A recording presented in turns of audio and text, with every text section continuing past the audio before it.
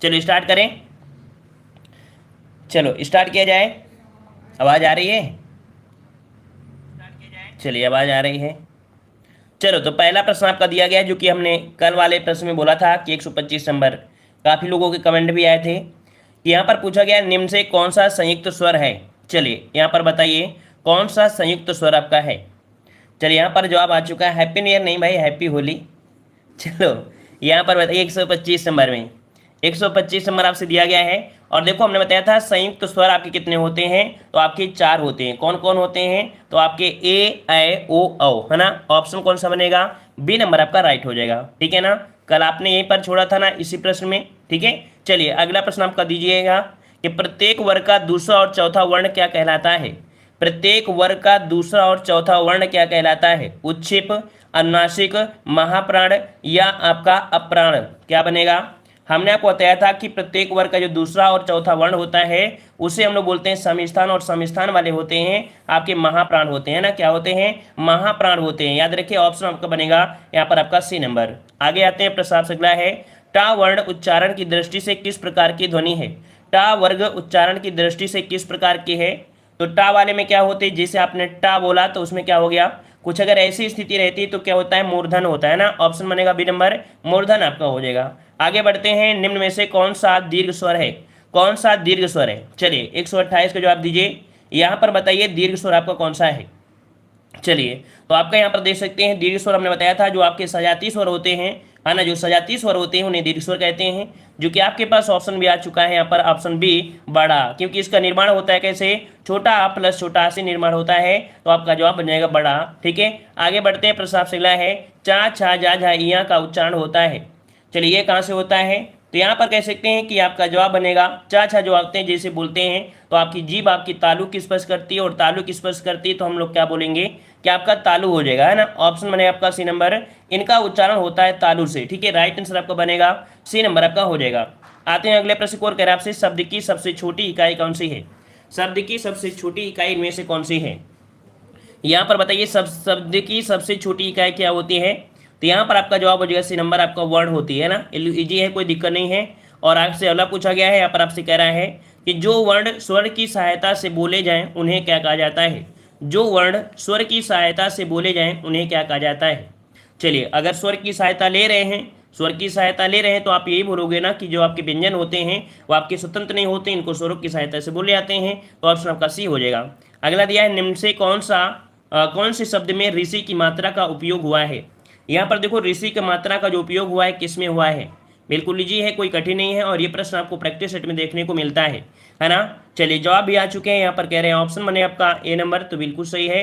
यहाँ पर आपका हो जाएगा ए नंबर में इसका प्रयोग किया गया है। ठीक है, आते हैं अगले प्रश्न को, और यहाँ पर देखो दिया गया है, कह रहा आपसे यहाँ पर, चलिए यहाँ पर दिया गया है व्यंजन को स्वर रहित लिखने के लिए किस चिन्ह का उपयोग किया जाए। बताइए व्यंजन को स्वर रहित लिखने के लिए किस चिन्ह का उपयोग करेंगे, स्वर रहित लिखने के लिए। तो जवाब क्या बनेगा? तो यहाँ पर कह सकते हैं कि किसी भी वर्ण को जब लिखोगे तो आप हलंत का प्रयोग करते हैं। किसका प्रयोग करते हैं? हलंत का प्रयोग करते हैं। तो यहाँ पर जवाब बन जाएगा आपका ए नंबर आपका हो जाएगा। यहाँ पर बनेगा कौन सा ऑप्शन बनेगा आपका ए नंबर, हलंत आपका हो जाता है। जैसे आपका का है तो ये स्वतंत्र नहीं है, लेकिन इसमें अगर आधा आपको लगा देंगे तो ये क्या हो रहा है, हलंत वाला हो जाएगा, और यही बन जाएगा क्या, तो आपके यहाँ पर स्वर रहित हो जाएगा। ठीक है, आते हैं अगले प्रश्न को, भाषा की मूल इकाई कौन सी है। सभी को गुड इवनिंग, सभी को हैप्पी न्यू ईयर। चलिए बताइए भाषा की मूल इकाई आपकी कौन सी है। भाषा की मूल इकाई इनमें से कौन सी है। चलिए तो यहाँ पर मूल इकाई की बात किया है तो जवाब लगभग सभी को होना चाहिए। सबसे पहले क्या होती है, ध्वनि होती है ना। ध्वनि होती है तभी तो होता है ना, फिर आपके यहाँ पर अक्षर हो जाएगा। तो सबसे मूल इकाई क्या बनेगी, तो आपके यहाँ पर ध्वनि बनेगा, जो कि ऑप्शन बन जाएगा आपका डी नंबर। ठीक है, आगे बढ़ते हैं, शब्द की सबसे छोटी इकाई क्या कहलाती है। तो शब्द की सबसे छोटी इकाई क्या कहलाती है, तो ये होती है आपकी वर्ण होती है। ऑप्शन बनेगा आपका सी नंबर, यहाँ पर आपको हो जाएगा सी नंबर। आते हैं अगले प्रश्न को, कह रहा है सा का उच्चारण स्थान क्या है। सा का उच्चारण स्थान क्या है। सा का उच्चारण स्थान क्या होता है। देखो ऐसे तो आपकी उसमें होता है, लेकिन फिर भी आपके व्यंजन में जो आपका होता है चा वर्ग, है ना, कौन सा होता है, चा वाले में, उसमें भी इसका स्थान आपका दिया गया है। किसमें, तो आपकी कह सकते हैं किसमें दिया गया है, तो आपके चा वाले में दिया गया है, और चा वाला होता है तालु। कुल मिला के देखा जाए तो आपका जवाब बनेगा ए नंबर, तालु हो जाएगा। ठीक है, आते हैं अगले प्रश्न को, प्रश्न आपसे कह रहा है वर्णों के कितने भेद होते हैं। चलिए वर्णों के भेद पूछा गया है, वर्णों के कितने भेद होते हैं। चलिए यहाँ पर जवाब क्या हो जाएगा, सही जवाब देना है तो सबसे पहले आपके स्वर होते हैं, दूसरे आपके व्यंजन होते हैं। तो यहाँ पर हम लोग कह सकते हैं ऑप्शन बने कौन सा आपका ए नंबर, यहाँ पर आपके 2 हो जाएंगे, ए नंबर आपका बन जाएगा। अगला प्रश्न दिया है वर्णों के समुदाय को क्या कहते हैं, वर्णों के समुदाय को क्या कहते हैं, चलिए बताइए। सभी को हैप्पी होली, सभी को हैप्पी होली, ठीक है। चलिए यहाँ पर बताइए कह रहा आपसे वर्णों के समुदाय को क्या कहते हैं, 138 का जवाब देना है 138 नंबर में। तो देखो यहाँ पर दिया है वर्णों के समुदाय को क्या कहते हैं, तो क्या कहेंगे, तो आपका वर्णमाला कह देंगे, या इसी में इसी प्रकार से बोल सकता था कि वर्णों के व्यवस्थित क्रम को, है ना, तो वो भी आपका क्या बन जाता, वर्णमाला ही बन जाता। आते हैं अगले प्रश्न को, प्रसाद से कह रहा है निम्न में से कौन सा वर्ण अघोष है, कौन सा वर्ण अघोष है। और अघोष जो होता है किसी वर्ग का जो पहला होता है और दूसरा वर्ण होते हैं क्या होते हैं, अघोष होते हैं। तो देखो ये तो आपका आपका है नहीं है, न जा है ना आपका गा है, तो कुल मिला के ऑप्शन कौन सा बनेगा, बी नंबर का है, ये आपका अघोष हो जाएगा, ठीक है। अगला प्रश्न आपका दिया है कौन से शब्द में रा व्यंजन नहीं है, कौन से शब्द में रा व्यंजन नहीं है, रा व्यंजन नहीं है। तो देखो क्रम दिया गया है, इसमें आपका है मात्र में, इसमें भी आपका दिया है, मूर्धा में दिया है, लेकिन ये आपका ये जो दिया गया है इसमें ऋषि वाले की सामने प्रयोग हुआ है ना नीचे वाला, इस कारण से ऑप्शन कौन सा हो जाएगा, बी नंबर। यहाँ पर कह सकते हैं रा वाला व्यंजन का प्रयोग इसमें नहीं किया गया है, बी नंबर आपका हो जाएगा, ठीक है। आते हैं अगले प्रश्न को, और प्रश्न आपसे अगला पूछा गया है किस प्रकार से, तो देख सकते हैं यहाँ पर ये आपको स्क्रीन दिया गया है, स्क्रीनशॉट ले लीजिएगा और इस प्रश्न में से समझ लीजिएगा ताकि दूसरे क्वेश्चन आपके सही हो पाए, है ना। ये एक प्रकार से उदाहरण है और चारों ऑप्शन को इस प्रकार से बता दिया गया है ताकि जब भी कोई क्वेश्चन मिले तो आप यहाँ पर समझ सकते हैं किस प्रकार से इनको अलग किया जाता है। और अलग करने के क्रम में आप देख सकते हैं इस प्रकार से इनको अलग किया गया है, ठीक है ना। लेकिन यहाँ पर देख सकते हैं बी वाले में क्या कहीं पर रा मिला है, रा नहीं मिला है, समझ गए होंगे। आगे बढ़ते हैं, कह रहे निम्न से तालव्य ध्वनि कौन सी है, तालव्य ध्वनि कौन सी है। चलिए तालव्य ध्वनि कौन सी है, तालव्य। तो देखो यहाँ पर तालव्य वाले में अभी हमने बताया था कि तालु में कौन होता है, चा वर्ग, और चा वर्ग में एक और का प्रयोग करते हैं, किसका, तो आपके सा का प्रयोग करते हैं। तो कुल मिला के यहाँ पर कह सकते हैं क्या बनेगा आपका, ए नंबर आपका सा हो जाएगा, ठीक है ना। यहाँ पर ए नंबर आपका हो जाएगा, अभी अभी आपका ये प्रश्न आया भी था। आते हैं अगले प्रश्न को, प्रश्न आपसे अगला है स्वर व्यंजन जब स्वर सहित व्यंजन से मिलता है तब क्या कहलाता है। स्वर रहित व्यंजन जब स्वर सहित व्यंजन से मिलता है तब क्या कहलाता है। कभी कभी क्या होता है, ये पढ़ने में थ्योरी क्या होती है, गलत हो जाती है, होता इजी है लेकिन फिर भी क्या होता है कि गलती हो जाती है पढ़ने से, और पढ़ने के बाद उसका सवाल आंसर सही करने में। तो देखो दिया है स्वर रहित व्यंजन, जब स्वर रहित व्यंजन होगा तो क्या होगा, मान लो हमने यहाँ पर कर दिया का है ना, ये का हो गया, स्वर रहित हो गया, ठीक है ना। स्वर सहित व्यंजन, स्वर सहित व्यंजन, मान लो इसको हम लोग क्या बोल दें, इसको हम ये बोल दें, है ना, ये हो गया। अब इसमें स्वर भी आपको ऐड है कि नहीं ऐड है, ऐड है। तो स्वर सहित व्यंजन से जब मिलता है तो क्या होता है, तो इनको हम लोग क्या बोलते हैं, इनको बोलते हैं संयुक्ताक्षर, क्या बोलते हैं, संयुक्ताक्षर बनते हैं। तो आपने देखा है जो आपका छा का निर्माण होता है कैसे होता है, इसी प्रकार से तो होता है ना, तो आपके होते हैं संयुक्ताक्षर होते हैं जो कि आपके 4 होते हैं। क्लियर हो गया होगा। चलिए आते हैं अगले प्रश्न को, प्रश्न आपसे अगला है कौन सा व्यंजन नासिक द्वारा उच्चारित होता है, कौन सा व्यंजन नासिका द्वारा उच्चारित होता है। चलिए तो किसी भी वर्ग के जो पंचमाक्षर होते हैं, है ना, किसी भी वर्ग के जो आपके पंचमाक्षर होते हैं वो आपके क्या होते हैं, हमेशा आपके नासिक के वाले होते हैं, नासिक की आवाज निकलती है। तो ऑप्शन कौन सा बनेगा, यहाँ पर आपके 143 नंबर में दीजिए कौन सा बन जाएगा। तो यहाँ पर आपका जवाब है आपका डी नंबर आ रहा है, डी नंबर। तो देखिए आपका डी नंबर आपका हो जाएगा, यहाँ पर आपका जो अंडा है ये आपका बन जाएगा, ठीक है। आते हैं अगले प्रश्न को, और प्रश्न आपसे अगला है, हाँ यहाँ पर देखो ये जो आपका अंडा है ना, ये वाला, ये कहीं ना कहीं इसमें जो बिंदी है, बिंदी नहीं हो, गलती से आपकी हल्का सा काला भद्दा है, अगर ये भद्दा आपका नहीं है, ठीक है ना। अगर आपका यहाँ पर कह सकते हैं कि इस प्रकार से अगर आपका होता है ना, पूरी तरीके से अगर होता तो हम लोग इसे बोल देते हैं। यहाँ पर जो बिंदी दिख रही है वो इसे खास तौर पे है नहीं है, ठीक है। अगर है भी तो आप समझदार हैं कि अगर आएगा तो आप लोग सही कर लेंगे, ठीक है ना। ये आपका मिसप्रिंट भी हो सकती है लेकिन आप लोग जानते हैं कोई दिक्कत नहीं है। निम्न से संयुक्त व्यंजन कौन सा नहीं है, संयुक्त व्यंजन कौन सा नहीं है, संयुक्त व्यंजन कौन सा नहीं है। तो छात्र ज्ञान होते हैं, लेकिन यहाँ पर जो आपका दिया है कौन सा, यहाँ पर या ये आपका नहीं होगा। अगला दिया है जिनका उच्चारण ऊपर के दांतों पर जीभ लगाने से होता है उन्हें क्या कहते हैं। जिनका उच्चारण ऊपर के दांतों पर जीभ लगाने से होता है, जैसे आप बोलते हैं और आपकी जीभ ऊपर वाले दांत को स्पर्श करती है, तब क्या बोलोगे, तब ऐसी स्थिति में आप यही बोलोगे ना कि ये आपके दंत व्यंजन है। जैसे आप ता बोलिए, ता, फिर था बोलिए, ता बोलिए, था बोलिए, ता, था, दा, तो जब बोलोगे तो आप जीभ कहाँ जा रही है, वो जीभ आपकी कहाँ पर जा रही है, तो आपके दांतों की स्पर्श कर रही है ना। तो ऑप्शन बने कौन सा, ए नंबर आपका हो जाएगा। आते हैं अगले प्रश्न को, प्रश्न आपसे अगला है निम्न में से ऊष्म व्यंजन कौन से हैं, ऊष्म व्यंजन कौन से हैं। चलिए ऊष्म व्यंजन आपका कौन सा है, तो यहाँ पर अगर ऊष्म व्यंजन की बात करते हैं तो आपका सा और आपका जवाब मिल गया आपका ए नंबर, ठीक है। ए नंबर आपका यहाँ पर राइट हो जाएगा।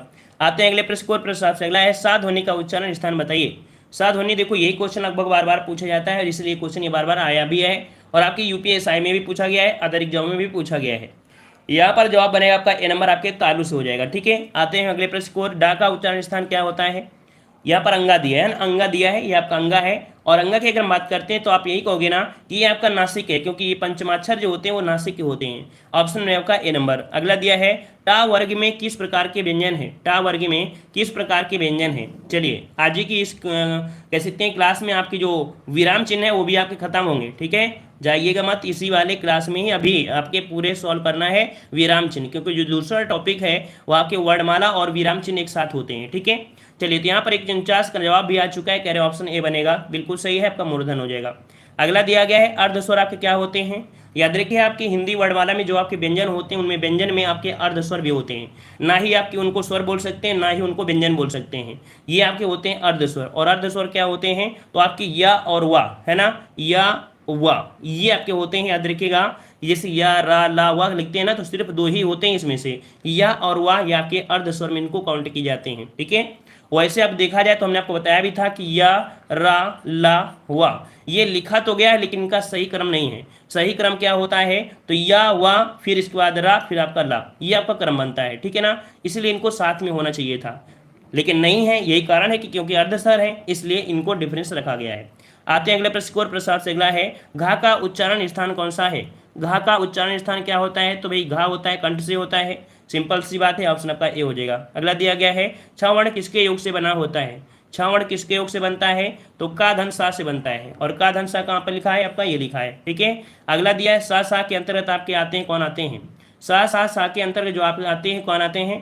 तो इनको हम बोलते हैं ऊस व्यंजन। क्या बोलते हैं? ऊस व्यंजन बोलते हैं, ऑप्शन आपका ए हो जाएगा। अगला दिया है निम्न से अघोष वर्ण आपके कौन से हैं? अघोष अल्पप्राण ध्वनि कौन सी है? अघोष भी होना चाहिए और आपका अल्पप्राण भी होना चाहिए। चलिए, 154 नंबर में तो अघोष भी होगा और अल्पप्राण भी होगा, और ये आपके कौन से बनेंगे? चलिए, तो अघोष में होते हैं का वर्ग है ना, का से आपको पता चल गया कि यही आपका हो जाएगा अघोष, यही होते हैं आपके अल्पप्राण। ठीक है, चलिए, तो आपका वर्णमाला आपका कंप्लीट होता है, और इसी वीडियो में आपके क्वेश्चन वो कंप्लीट होंगे, किसके? विराम चिन्ह के भी हो जाएंगे। ठीक है ना, मतलब आज ये जो टॉपिक है वो पूरी तरीके से कंप्लीट हो जाएगा, मतलब 3 वीडियो में लगभग आपके यहाँ पर 200 क्वेश्चन कंप्लीट हो जाएंगे। ठीक है ना, चलिए, यहाँ पर दिया है अर्धविराम का चिन्ह कौन सा है? अर्धविराम का चिन्ह कौन सा है? चलिए, पहचान करिए अर्धविराम कौन सा होता है। यहाँ पर देखना है ऑप्शन बी की ओर, यहाँ पर 1 का जवाब दीजिए। तो बी आ रहा है, कह रहे हैं आपका अर्धविराम ये आपका होता है, बिल्कुल सही है। ये आपका जो आपका दिया है ये आपका अर्धविराम है। कैसे होता है? बिंदी होती है और नीचे क्या लगा होता है? कॉमा लगा होता है, ये आपका होता है अर्धविराम। ठीक है ना, याद रहेगा। ये जो आपका होता है आपका कॉमा लगा होता है, इसे तो आप जानते हैं पूर्णविराम होता है, और ये होता है कौन? संबोधन होता है। आते हैं अगले प्रश्न को। प्रश्न आपसे अगला है विराम चिन्ह के प्रयोग की दृष्टि से निम्नलिखित में से कौन सा वाक्य सही नहीं है? वाक्य सही नहीं है, कह रहा है वह दूर से, बहुत दूर से आ रहा। देखो, पहला ही पॉइंट आपको पढ़ने में थोड़ा सा ऑड लग रहा है कि ऐसा क्या हो सकता है, वह दूर से, बहुत दूर से आ रहा है। ठीक है, ये बार बार कॉमा यहाँ पर लगाने की जरूरत नहीं थी, वह दूर से, बहुत दूर से यहाँ पर नहीं होगा। लेकिन यहीं पर ये पॉइंट याद रखिएगा, सुनो सुनो वह गा रही है। नहीं नहीं, जब ऐसा होते हैं, जब दुरुक्ति वाले होते हैं बिल्कुल पास में होते हैं, कॉमा लगा के थोड़ा सा स्टॉप लिखा जाता है, थोड़ा सा स्टॉप लिया जाता है। सुनो सुनो है ना, ऐसे नहीं सुनो सुनो ऐसे बोल नहीं देते हैं, थोड़ा सा स्थिर किया जाता है, थोड़ा सा रुका जाता है, सुनो सुनो है ना। इस कारण से ये वाले पॉइंट आपके सही हैं, लेकिन ये वाला पॉइंट यहाँ पर आपका गलत हो जाएगा। आते हैं अगले प्रश्न को। प्रश्न आपसे अगला है हंस पद विराम चिन्ह का प्रयोग होता है। हंस पद आपने सुना भी होगा, हंस पद क्या होता है? तो हंस पद यहाँ पर क्या होता है? जब भी कभी क्या होता है, लिखने में जब कोई अक्षर छूट जाता है, उस छूटे हुए संकेत को लिखने के लिए हंस पद का प्रयोग करते हैं। तो यहाँ पर याद रखिए, लिखने में अक्षर छूटने पर संकेत देने के लिए जो आपके होते हैं उन्हें हम लोग बोलते हैं हंस पद कहते हैं। ठीक है, आपने देखो अगर हल्का से इस प्रकार से लगा दिया जाता है ताकि पता चल जाए कि यहाँ पर कुछ ना कुछ आपका छूटा हुआ है। आते हैं अगले प्रश्न को। प्रश्न आपसे अगला है लेन देन, विरह, मिलन, जड़ चेतन आदि युग्मों के बीच किस विराम चिन्ह का प्रयोग करते हैं? अगर कोई लेना देना हो, विरह हो, मिलन हो, प्रेम हो, जड़ हो, चेतन हो, ऐसी स्थिति में उनके बीच जो आपका होता है उससे होते हैं, बोलते हैं ना, क्या बोल देते हैं उनको? बोल देते हैं बीच को युग्म बोल देते हैं, या बोलते हैं डैश, है ना, यही आपका डैश होता है, जिसे हम बोलते हैं योजक चिन्ह। क्या बोलते हैं? योजक चिन्ह बोलते हैं। तो ऑप्शन बनेगा कौन सा? यहाँ पर बी हो जाएगा। अच्छा, ये बताइए कि अभी अभी हमने बताया था इस वाले को, चलिए यहाँ पर बताइए, अब आपका टेस्ट ले लेते हैं कि जो ए वाला लिखा है वो आपका है क्या? ए वाला जो आपको लिखा है ये आपका है क्या? बताइए, यहाँ पर बिना बताए आपसे पूछे हैं कि यहाँ पर जो ए वाला है वो आपका है क्या? ए वाला बताइए, ए वाला ऑप्शन आपका क्या है? ए वाला ऑप्शन क्या है आपका? चलिए ये वाला बताइए, कह रहे हैं आपसे, आपका दिया है अल्प अल्प। अच्छा, दूसरा यहाँ पर दिया है तो आपका यहाँ पर दे सकते हैं, और तीसरा भी आपने अभी ये वाला अर्धविराम पढ़ा था, तो आपको मैक्सिमम मिलेंगे कौन सा, अर्धविराम आपको हमेशा मिलता है। ठीक है, चलिए आते हैं, कोई बात नहीं, आगे आते हैं, अगले प्रश्न भी आपको मिलेंगे। दो विपरीत शब्दों के बीच कौन सा विराम चिन्ह लगता है, दो विपरीत शब्दों के बीच कौन सा विराम चिन्ह लगता है। चलिए 5 नंबर में, तो यहाँ पर देखो, जब दो विपरीत होते हैं उनमें आपको बनता है योजक, क्या होता है, योजक होता है। ऑप्शन बनेगा आपका सी नंबर। अगला प्रश्न आपका दिया है, सामसिक पदों या पुनरुक्त युग्मों के मध्य जो प्रयोग किया जाता है कौन सा होता है। देखो हम मैक्सिमम क्वेश्चन ये पूछे गए हैं, आप देख सकते हैं 2019 2020 तक क्वेश्चन जो आपके हैं वो आपके ऐसे ही क्वेश्चन आपके पूछे गए हैं। ठीक है ना, मतलब क्वेश्चन आपको लगते हैं सरल है, लेकिन एग्जाम में ऐसे क्वेश्चन आपके बनते हैं। ठीक है, कहीं नई जगह से क्वेश्चन नहीं लेके आए हैं। चलिए, तो यहाँ पर सामसिक पद जो भी हो, जहाँ पर समास होता है या पुनरुक्ति वाले होते हैं या युग्म वाले होते हैं, वहाँ पर हमेशा क्या लगता है, तो आपका योजक चिन्ह लगता है। ठीक है, ऑप्शन बने आपका ए नंबर। और उद्धरण चिन्ह क्या होता है, तो ऊपर जो आपका लगा होता है उद्धरण चिन्ह। उद्धरण चिन्ह दो प्रकार के होते हैं, सिंगल उद्धरण होता है, एक डबल उद्धरण भी होता है। ठीक है ना, आते हैं अगले प्रश्न को। प्रश्न देखो, ये आपका भी बताया था कि अल्प विराम होता है आपका सिंगल होता है, लेकिन जो अर्ध विराम होता है ऊपर बिंदु होती है, उसके नीचे एक कॉमा लगा होता है। ठीक है ना, चलिए आते हैं अगले प्रश्न को, कि किसी की कही हुई बात को स्पष्ट करने के लिए वाक्य के अंत में किस चिन्ह का उपयोग करते हैं। किसी की कही हुई बात को स्पष्ट करने के लिए वाक्य के अंत में किस चिन्ह का प्रयोग करते हैं, ये होता है आपका विवरण चिन्ह। अगर कोई बात कही गई है ना, जैसे मान लो कोई लेखक के द्वारा ये शब्द कहा गया है, तो उसके बाद में क्या होता है कि आपने ऐसे ऐसे लगा होता है, ऐसे बिंदी लग देते हैं, ताकि पता चल जाए कि आपका विवरण है, इनके द्वारा ये कहा गया है, कथन इन्हीं का है। ठीक है, आते हैं अगले प्रश्न को। प्रश्न से अगला पूछा गया है, किसी अक्षर या शब्द पर विशेष बल देने के लिए किस चिन्ह का प्रयोग करते हैं। किसी अक्षर या शब्द पर विशेष बल देने के लिए जो प्रयोग करते हैं वो किसका प्रयोग करते हैं। चलिए यहाँ पर देना है जवाब, इसका राइट आंसर जो आपको बनेगा वो आपको कौन सा बन जाएगा। यहाँ पर जो जवाब हो जाएगा आपका 8 का जवाब बनेगा यहाँ पर सी नंबर, इकहरा उद्धरण चिन्ह। मतलब किसी अक्षर या शब्द पर विशेष बल देने के लिए, जैसे कि अभी हमने बताया कि कोई भी शब्द को होता है अगर मान लो, तो वहाँ पर बोलते हैं सिंगल इन्वर्टेड, या हम मान लेते हैं किसी का उपनाम लिखा होता है, किसी का, जैसे मान लिया हीरानंद जो आपका सच्चिदानंद हीरानंद वासेन अज्ञे, तो आपका अज्ञे जो लिखा होता है ना, अज्ञे, तो फोकस हो जाता है अज्ञे पर। और जब भी अज्ञे होता है, किसी को उपनाम होता है, वहाँ पर क्या होता है, सिंगल उद्धरण चिन्ह ही आपको मिलेगा। ठीक है, तो अब आप समझ गए होंगे। आते हैं अगले प्रश्न को, निम्न से प्रश्नवाचक चिन्ह कौन सा है। बिल्कुल सिंपल है, कोई दिक्कत नहीं है, और यहाँ पर आपको बन जाएगा डी नंबर। आपका यहाँ पर इस प्रकार से बनते हैं। ठीक है, आते हैं अगले प्रश्न को। प्रश्न आपसे अगला पूछा गया है, माता पिता दोनों प्रसन्न थे, इस वाक्य में माता पिता के मध्य कौन सा विराम चिन्ह लगेगा। माता पिता के बीच में आपको पता चल गया है कि यहाँ पर जो लगा है वही लगा है जो बार बार आपको मिल रहा है, योजक चिन्ह आपका हो जाएगा। ठीक है ना, चलिए आते हैं अगले प्रश्न को। प्रश्न आपसे अगला है, उसने कहा, उसने मुझसे कहा, मैंने आज एक मशीन खरीदी। उक्त वार्तालाप में किस विराम चिन्ह की कमी या आपकी त्रुटि है। यहाँ पर जो आपकी त्रुटि है वो आपकी किस प्रकार की त्रुटि है। उसने मुझसे कहा, मैंने आज एक मशीन खरीदी, वैसे तो लिखा है, लेकिन गलती क्या है कि यहाँ पर आपको रुका गया है। यहाँ पर रुका है कि नहीं, थोड़े से आप रुके होंगे, उसने मुझसे कहा, तो यहाँ पर कॉमा लगा होना चाहिए, है ना, यहाँ पर कॉमा लगा होना चाहिए। मतलब ये जो आपका है ये आपकी त्रुटि यहाँ पर लगा देते इस प्रकार से, तो हम लोग कहते हैं कि यहाँ पर थोड़ा रुके थे, उसने मुझसे कहा, फिर इसके बाद आप पढ़ेंगे, इसका मतलब है कि आपकी त्रुटि कहाँ पर थी, ए वाले में आपकी त्रुटि थी। और जब भी याद रखिए, आपने एक्टिव आपने पढ़ा होगा डायरेक्ट इनडायरेक्ट पढ़ा है, डायरेक्ट इनडायरेक्ट आपने पढ़ा है, तो आप देखे होंगे कि ये तो आपका इन्वर्टेड कॉमा लगे होते हैं, लेकिन उसके पहले एक कॉमा जरूर लगा होता है ना, ये डायरेक्ट इनडायरेक्ट में आपने पढ़ा होगा, क्योंकि थोड़ा सा वहाँ पर रुका जाता है। आते हैं अगले प्रश्न को। प्रश्न आपसे अगला है, मुझे बाहर जाना है, रेखांकित चिन्ह का पहचान करिए। मुझे बाहर जाना है, यहाँ पर बताइए कि कौन से चिन्ह का प्रयोग किया जा सकता है। तो देखो यहाँ पर कह सकते हैं ऐसा कोई चिन्ह तो प्रतीत नहीं हो रहा, लेकिन ये भी पता चला है कि ये जो आपका जो कह सकते हैं सेंटेंस है ये पूरा है। कैसा है, ये पूरा है। जब अपनी पूरी बात कही जा सकती है, जब कह दी जाती है, तो वहाँ पर क्या होता है, लास्ट में स्टॉप होती है, मतलब रुका गया है, इसका मतलब आपका जवाब बनेगा पूर्ण विराम। यहाँ पर ये जो आपका दिया गया है ना, आपको किसका है, पूर्ण विराम है। और जब भी कोई बात अपनी पूर्णता क्या हो जाए, पूरी हो जाए, वहाँ पर हमेशा क्या होता है, पूर्ण विराम ही होता है। ठीक है, क्या होता है, पूर्ण विराम हो जाता है। क्लियर हो गया होगा। चलिए आते हैं अगले प्रश्न को। और प्रश्न आपसे अगला पूछा गया है, देखो फिर से वही क्वेश्चन दिया है कि किसी पद कामा उपवाक्य आदि की विशेषता दिखाने के लिए शब्द के नीचे एक रेखा खींच देते हैं, उसे क्या कहते हैं। देखिए अगर कोई आपका जैसे हम आपको बताते हैं कि किताब पढ़ने का तरीका क्या होता है, जब भी आप पढ़ो तो कोई चीज़ अगर अच्छी लगे लगे कि हाँ इसका मेन फोकस यही है, तो आप नीचे ऐसे कर देते हैं ना, फिर यहाँ पर बोल दो कि इस पर फोकस किया गया है। तो कुल मिला के जो आपकी तिर्यक रेखा आपकी खींची जाती है वो आपकी बताती क्या है, ये बताती क्या, अधोरेखा बोलते हैं, इसे बोलते हैं अधोरेखा बोल देते हैं। किसी पद या उपवाक आदि की विशेषता दिखाने के लिए नीचे एक रेखा खींचते हैं उसे बोलते हैं अधोरेखा चिन्ह। क्या बोलते हैं, अधोरेखा बोलते हैं, अधोरेखा। ठीक है, ऑप्शन बनेगा आपका सी नंबर। कभी कभी क्या होता है आप लोग ऊपर खींच देते हैं, ठीक है ना, यहाँ पर जो होता है इसे अधोरेखा बोल देंगे। अगला पूछा गया संज्ञा की दुरक्ति हो तो उनके बीच कौन सा चिन्ह लगता है। मतलब कोई अगर संज्ञा है और दोहराई जाए, है ना, संज्ञा है और आपकी दोहराई जाए तो ऐसी स्थिति में कौन सा चिन्ह लगेगा। तो ऐसी स्थिति में जैसे मान लो हमने बताया दौड़ा दौड़ा, है ना, तो ये जो होती दुरुक्ति वाले होता है हमेशा योजक ही लगेगा और कुछ नहीं लगेगा, हमेशा योजक ही लगेगा। ठीक है, आते हैं अगले प्रश्न को। और प्रश्न आपसे अगला है, अगर आपसे निम्नलिखित में से निर्देश चिन्ह आपका कौन सा है। चलिए बताइए निर्देश चिन्ह कौन सा होता है। अगर तुक्का भी मारेंगे तो आप जवाब दे सकते हैं, क्यों, क्योंकि ये तो आपका पूर्ण विराम है, प्रश्नवाचक है, ये आपका यहाँ पर अल्प विराम है। तो आपके पास जब ऐसे और ऐसे ऐसे आपको दिया गया है, इसका मतलब है निर्देश कौन है, तो आपका ये निर्देश हो जाएगा। क्लियर हो गया है। आते हैं अगले प्रश्न को। और प्रश्न आपसे अगला पूछा गया है, अल्प विराम का चिन्ह बताइए, अल्प विराम का चिन्ह बताइए।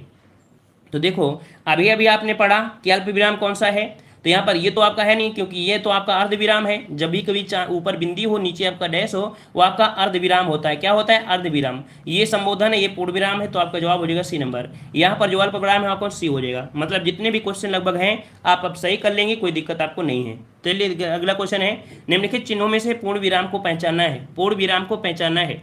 चलिए, और जितने लोग देखो जुड़े हैं रेगुलर, जितने लोग जुड़े हैं रेगुलर, और कोई अगर हिंदी का कोर्स बेचता है तो उसका कोर्स मत लीजिए, मत लीजिएगा, नहीं तो हमारी मेहनत किसी काम की नहीं रहेगी। समझ में आया। अगर आप किसी का हिंदी कोर्स खरीदते हैं तो फिर हमारी मेहनत आपके लिए कोई नश्वर हो जाएगी। उस स्थिति में हम ये नहीं समझेंगे, ये नहीं सोचेंगे कि भाई हमने आपको पढ़ाया है। भाई हम तो चाहते हैं कि आप फ्री पढ़ें, पूरी तरीके से हिंदी आपकी कवर करा रहे हैं। और ऐसी स्थिति में अगर आप किसी का कोर्स लेते हैं तो फिर ये तो आपकी कह सकते हैं कि कमियां हैं कि आप लोगों को पूरी तरीके से तैयार नहीं है। ठीक है, फिर हमारी मेहनत बेकार हो जाएगी। ऐसी स्थिति में आपको जितना फोकस हो सकता है, जितनी हो सकती है, सब पूरी तरीके से आपको परफेक्ट कर रहे हैं। ठीक है ना, आपको किसी के लालच में नहीं जाना है। आप किसी का कोर्स भी लेंगे तो आपको इतने क्वेश्चन नहीं देंगे जितना क्वेश्चन हम आपको फ्री करा देते हैं, और पूरी तरीके से फ्री रहेगा। ठीक है ना। चलिए यहाँ पर बताइए, निम्नलिखित चिन्हों में से पूर्ण विराम आपको पहचाना है। यहाँ पर देखो दिया गया है जो कि आपका पूर्ण विराम, और सिंपल सी बात है, आप जवाब दे सकते हैं आपका सी नंबर। ठीक है, चलिए आते हैं अगले प्रश्न को। और प्रश्न आपसे अगला है, यहाँ पर देखो दिया गया इस प्रकार की जो रेखा होती है इसे क्या कहते हैं। यहाँ पर देखो दिया गया है इस प्रकार की रेखा कौन सी है। पढ़ा रहे हैं इतनी अच्छी बात है, ठीक है, पढ़ा रहे हैं इतनी अच्छी बात है, पीडीएफ के चक्कर मत पढ़िए। ठीक है, अब अपना घर द्वार सब पूरा उठाकर नहीं दे देंगे। किसी की बुक पढ़ा रहे हैं तो किसी बुक पर पढ़ा रहे हैं तो उसका भी यहाँ पर हमें कह सकते हैं जवाब देना पड़ता है। ऐसा नहीं होता है कि यहाँ किसी की बुक होती है तो हम उठाकर पढ़ा दिया है। ठीक है, तो पढ़ा दें तो इसका मतलब नहीं है कि हम अपना घर द्वार तुमको सब पूरा उठा कर दे देंगे। ऐसे ऐसे लोग आते हैं कहते हैं कि ये करिए, पढ़ा रहे हैं तो फोकस करिए पढ़ाई पर। यार तुम लोग इतने क्वेश्चन करा देंगे, कहाँ तक पीडीएफ संग करोगे। हमारे टेलीग्राम पे जाइए, 3000 आपको पीडीएफ मिल जाएंगी, 3000 पीडीएफ मिलेंगी, और 3000 पीडीएफ आप निकालोगे तो आपका कमरा भर जाएगा, इतनी बड़ी बड़ी पीडीएफ है। तो पीडीएफ में कोई मतलब ही नहीं होता है। आप पढ़ाई पर फोकस करिए, और पीडीएफ लेना है तो टेलीग्राम पे जाइए ना, टेलीग्राम आपको सर्च करिए, टेलीग्राम पे जुड़ जाइए, वहाँ पर आपको पीडीएफ भी मिल जाएंगी। चलिए बताइए, यहाँ पर जो आपको दिया गया है ये आपका जो चिन्ह है आपका कौन सा है। चलिए यहाँ पर देना है 18 नंबर में, तो 18 जवाब क्या बनेगा आपका बी नंबर। लोप सूचक चिन्ह होता है। क्या होता है, लोप सूचक होता है। ठीक है ना, जवाब क्या हो जाएगा यहाँ पर आपका बी हो जाएगा। आते अगले प्रश्न को। और प्रश्न आपसे अगला पूछा गया है, यहाँ पर अगर आपसे दो समानार्थी शब्दों की पुनरुक्ति के बीच में किस विराम चिन्ह का प्रयोग होता है। दो समानार्थी शब्दों की पुनरुक्ति के बीच में किस विराम चिन्ह होता है। तो वही बात हो गई जो अभी आपने सुना था कि जब आपकी क्या हो, संज्ञा हो, क्या हो, संज्ञाएं हो, और संज्ञाओं के बीच जब दुरुक्ति होती तो हमेशा क्या होता है, योजक ही होता है। ठीक है, ऑप्शन बनेगा आपका ए नंबर। आते हैं अगले प्रश्न की ओर। निम्न में से कौन विराम चिन्ह का प्रकार नहीं है। निम्न से कौन विराम चिन्ह का प्रकार नहीं है। तो भाई विराम चिन्ह में आपने देखा कि विवरण आपने देख लिया था, है ना, ऐसे ऐसे आपको दिया गया था विवरण। निर्देशक आपका दिया गया है, ठीक है ना, फिर यहाँ पर लाघव दिया गया है। लेकिन यहाँ पर जो उपदेशक होता है ये एक चिन्ह का प्रकार नहीं होता है। ठीक है, ऑप्शन बनेगा आपका ए नंबर। अगला दिया है हंस पद विराम चिन्ह का प्रयोग है। मतलब जो हंस पद होता है इसका प्रयोग क्या होता है, अभी हमने बताया था हंस पद होता क्या है। हंस पद जो होता है वो आपका होता क्या है, अभी हमने इसको बताया था कि यहाँ पर देखो दिया गया है हंस पद आपको दिया गया है, तो आपसे कह रहा है लिखने में, मतलब जो लिखने में अक्षर छूटने का जो संकेत होते हैं उसे हम लोग हंस पद कहते हैं ना। तो जवाब क्या बनेगा यहाँ पर डी हो जाएगा। आते हैं अगले प्रश्न को। किस विराम चिन्ह का घोतक है, ये बताइए। ये जो दिया गया है ये आपका है किसका, तो 22 का जवाब क्या बनेगा, यहाँ पर बनेगा आपका ये कोष्ठक होता है ना। कोष्ठक भी आपके कई प्रकार के होते हैं, छोटा होता है, मंझला होता है और बड़का भी होता है ना। आते हैं अगले प्रश्न को। प्रश्न आपसे अगला है, यहाँ पर दिया गया है एक विराम चिन्ह है, पूछा गया है कौन सा विराम चिन्ह है, एक ऐसा विराम चिन्ह है। तो यहाँ पर आपका जवाब बनेगा कि इसे बोलते हैं बराबर, और बराबर को क्या बोलते हैं, जैसे कि मान लीजिए जाए कि अगर हम आपकी इनसे बात करें और इनसे बात करें तो को बोलोगे कि बराबर बराबर बात आना चाहिए। कोई अगर चीज़ है बंटवारा होता है तो उसमें क्या बोलते हैं, बराबर होना चाहिए, और बराबर को बोलते हैं तुल्यता, है ना। तुल्यता, तो ऑप्शन आपको हो जाएगा बी नंबर। तुलना तभी की जाती है ना, तुलना क्या होती है, छोटे और बड़े की तुलना की जाती है, तभी तो बोलेंगे तुल्यता, तो ऑप्शन आपका बी हो जाएगा। अगला दिया गया है कि महत्वपूर्ण कथन को उद्धत करने में किन विराम चिन्हों का प्रयोग किया जाता है। महत्वपूर्ण कथन को उद्धत करने में किन विराम चिन्हों का प्रयोग किया जाता है। चलिए 24 का जवाब देना है, तो यहाँ पर 24 का हो जाएगा किसी महत्वपूर्ण कथन को उद्धत करने में जो आपका विराम चिन्ह होता है वो कौन सा होता है, ऑप्शन ए आ रहा है, कह रहा है आपका दोहरा उद्धरण चिन्ह। बिल्कुल सही है। जैसे हमने यहाँ पर बात किया कि किसी बात पर फोकस करना है तो हम लोग को दोहरा उद्धरण चिन्ह यहाँ पर लगा दिया। जब किसी का उपनाम लिखना होता है तब सिंगल उद्धरण चिन्ह का करते हैं ना। एकल उद्धरण कैसे होता है, जैसे कि हमने बताया कि हीरानंद सच्चिदानंद वासेन अज्ञे, तो अज्ञे को लिखोगे तो अज्ञे क्या होता है, ये उनका उपनाम है, तो उसे सिंगल से करते हैं, ठीक है ना। और किसी अगर सेंटेंस को रखना है तो आपका दोहरा होता है। अगला दिया है, पढ़ने में ठहरने के लिए जिन चिन्हों का प्रयोग किया जाता है उन्हें क्या कहते हैं। पढ़ने में ठहरने के लिए जिन चिन्हों का प्रयोग करते हैं उन्हें क्या कहते हैं। चलिए यहाँ पर क्या बनेगा, यहाँ पर बन जाएगा विराम चिन्ह होता है ना, जब पूरी तरीके से पढ़ लोगों के उस सेंटेंस को, बाद में जब आप स्टॉप लोगे तो क्या जवाब बनेगा, आपका जवाब बनेगा आपका डी नंबर, ठीक है। आते हैं अगले प्रश्न को। अनुस्वर का चिन्ह बताइए। आंसर का चिन्ह बताना है, आंसर का चिन्ह क्या बनेगा। चलिए 26 नंबर आपको दिया गया है, तो आंसर का चिन्ह हमने बताया था अनुस्वर। चलिए आंसर देना है 26 नंबर में। ए नंबर आ रहा है कि स्वर के ऊपर जो एक बिंदी होती है ना, स्वर के ऊपर एक बिंदी होती है, मात्र एक बिंदी दिया गया है ना। अनुसार जो दिया है वो बिंदी है आपकी। अगर यहीं पर आपका क्या होता है नासिक, उसका मतलब हम लोग कह सकते थे कि चांद की बिंदी होगी। तो अनुसार जो होता है वो क्या होता है, आपकी एक बिंदी वाला होता है, जैसे आपका ये बिंदी लग गई, ठीक है ना, ये आपका बिंदी हो जाएगा, ठीक है। आते हैं अगले प्रश्न को। प्रश्न से अगला है, शीला कहिए क्या हाल है। शीला कहिए क्या हाल है, वाक्य में विराम चिन्ह बताइए कौन सा है। शीला कहिए क्या हाल है, ऐसी स्थिति में क्या प्रयोग करेंगे। तो ये जो आपके डैश डैश दिए गए हैं ना, ये दिए गए निर्देशन, क्या दिए हैं, निर्देशन दिए हैं। शीला कहिए क्या हाल है मतलब ये निर्देशन दिए गए हैं, ठीक है ना। यहाँ पर बनेगा आपका डी नंबर। आते हैं अगले प्रश्न को। और कि वाक्य को समाप्त करने के लिए जिसका प्रयोग किया जाता है उसे क्या कहते हैं। वाक्य को समाप्त करने के लिए यहाँ पर दिया गया है, वाक्य को समाप्त करने के लिए जिसका प्रयोग किया जाता है उसे क्या कहते हैं। तो ऑप्शन बने आपका डी नंबर। यहाँ पर आपका पूर्ण विराम हो जाएगा, क्या हो जाएगा, पूर्ण विराम होता है, ठीक है। आते हैं अगले प्रश्न को। कह आपसे, जहां वाक्य की गति अंतिम रूप ले ले, विचार के तार टूट जाएं, वहां किस चिन्ह का प्रयोग करते हैं। तो याद रखिएगा कि जब पूरी तरीके से काम समाप्त हो जाए तो ऐसी स्थिति में क्या होता है, ऐसी स्थिति में होता है आपका पूर्ण विराम होता है, ठीक है ना। ये परिभाषा इसी प्रकार से आपको एग्जाम में मिलेगी, ठीक है, ये परिभाषा इस प्रकार से मिलेगा। अगला दिया है, मनोविकार सूचक शब्दों, वाक्यांशों अथवा तथा वाक्यों के अंत में किस चिन्ह का प्रयोग करते हैं। मनोविकार सूचक अगर शब्द हैं या वाक्यांश या वाक्यों के अंत में किस चिन्ह का प्रयोग करते हैं। तो ऐसी जगह क्या होते हैं, तो मनोविकार है, मतलब आपके मन के भावों को जब बात करते हैं इसका मतलब होता है विस्मय, है ना। क्या होता है, विस्मय। जब मन के भावों को करते हैं, विचार करते हैं तो आपका विस्मय बोधक होता है, ठीक है। आते हैं अगले प्रश्न को। प्रश्न अगला दिया है, प्रश्नवाचक चिन्ह का प्रयोग किस वाक्य में हुआ है। प्रश्नवाचक चिन्ह का प्रयोग किस वाक्य में किया गया है। चलिए 31 नंबर देना है। यहाँ पर कह रहा है, तो देखो यहाँ पर क्यों कौन सा WH वर्ड कहाँ पर मिल रहा है। तो यहाँ पर देखो दिया है कि कह रहा आपसे, यहाँ पर मोहन ने पूछा राम की आय कितनी है। फिर कह रहा है सीता जानना चाहती है कि भाई कब आएगा, है ना। फिर मोहन बाजार गए, इसका मतलब डी नंबर आपको साफ साफ नजर आ रहा है। क्यों शब्द आपका है यहाँ पर, अगर इस प्रकार से होता तो आपका जवाब बिल्कुल सही हो जाता। इसका मतलब है कौन सा ऑप्शन यहाँ पर आपका डी हो जाएगा, ठीक है ना। तो यहाँ पर हाँ, ये आपका चैप्टर आपका कह सकते हैं खत्म हुआ। तीसरा चैप्टर आपका शुरू होता है शब्द रचना से, जहाँ पर आपके बहुत अच्छे क्वेश्चन बनते हैं। आपने यहाँ पर देखा कि हमने कम से कम 5 वीडियो में आपके कवर किए होंगे 400 क्वेश्चन, ठीक है। और डेली ऐसी क्लास है आपकी होगी, परेशान मत होना, हमने आपको बता दिया है, ठीक है। कल भी क्लास चलेगी, क्लास आपकी डेली रहेगी, परेशान मत होइएगा, ठीक है।